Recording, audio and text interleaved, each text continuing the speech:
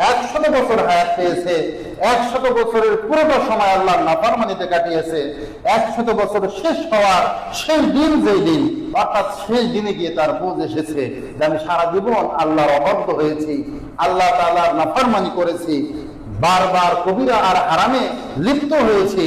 এই সময় ঠিক একদিন বাকি, এমন সময়েও যদি বান্দা আল্লাহর কাছে তওবা করে কান্নাকাটি করতে পারে, দিল থেকে তওবা করতে পারে, আশা করা যায় আল্লাহ তাআলা তার 1 মিনিটের তওবায় 100 বছরের গুনাহ মাফ করে দেবেন ইনশাআল্লাহ। কিন্তু আপনি যদি কোনো বান্দার হক নষ্ট করে থাকেন, সেটা হোক 1 পয়সা, কত পয়সা? 1 পয়সা।